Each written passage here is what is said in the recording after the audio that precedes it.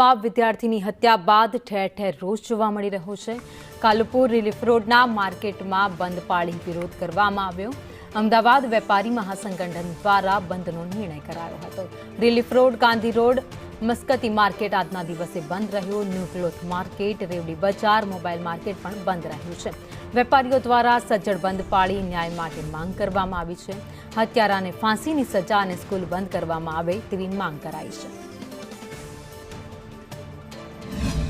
70 સ્કૂલની અંદર વિદ્યાર્થીની હત્યાને લઈને ઠેર ઠેર રોષ જોવા મળી રહ્યો છે। લોકો વિરોધ દર્શાવી રહ્યા છે। તેની વચ્ચે અમદાવાદમાં વિવિધ વેપારી સંગઠનો દ્વારા આજે જે મૃતક છે નયન, તેને શ્રદ્ધાંજલિ આપવા અને તેને નયનને ન્યાય મળે તે હેતુથી જે એક દિવસ માટેનું બંધ રાખવામાં આવ્યું છે, શ્રદ્ધાંજલિ આપવા માટે અને નયનને ન્યાય મળે, સ્કૂલની સામે કડકમાં કડક કાર્યવાહી થાય તેની માંગ સાથે વેપારીઓ છે તેમના દ્વારા એક દિવસ માટે બંધ રાખવામાં આવ્યું છે। વેપારીઓ એકત્રિત થયા છે અને નયનને જે ન્યાય મળે અને આ જે ખાસ કરીને કડકમાં કડક કાર્યવાહીની માંગ છે તેમના દ્વારા કરવામાં આવી છે।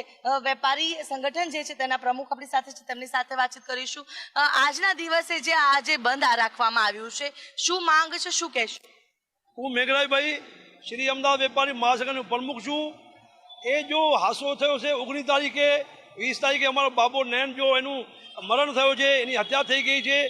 એ આ સ્કૂલ જો આ લોકોની બેદરકારી કારણ અથવા જાણીબૂજી એ લોકોની હત્યા કરી છે, એ બહુ ખોટો થયો છે। એનો અમે પૂરો વિરોધ કરીએ, સરકારને અપીલ પણ કરીએ છીએ કે આવી હરકતો કેમ કરે છે, આ કેમ આ સાજિશ થાય છે, ક્યાં થાય છે, એની તપાસ થવા જોઈએ। हमारी मांग तो ये भी है कि स्कूल ने पूरी कठिन कड़ी सजा होવી જોઈએ ને આ જે બેદરકારી થઈ છે એના માટે પૂરેપૂરી સજા હોવી જ જોઈએ। બિલકુલ, તો જે રીતે અત્યારે વેપારીઓ છે તે એકત્રિત થઈ ગયા છે અને અત્યારે હાલ જોઈ શકાય છે કે મોટી સંખ્યામાં વેપારીઓ છે રિલીફ રોડ ખાતે અત્યારે ઉપસ્થિત છે અને વિરોધ છે તે દર્શાવતા જોવા મળી રહ્યા છે।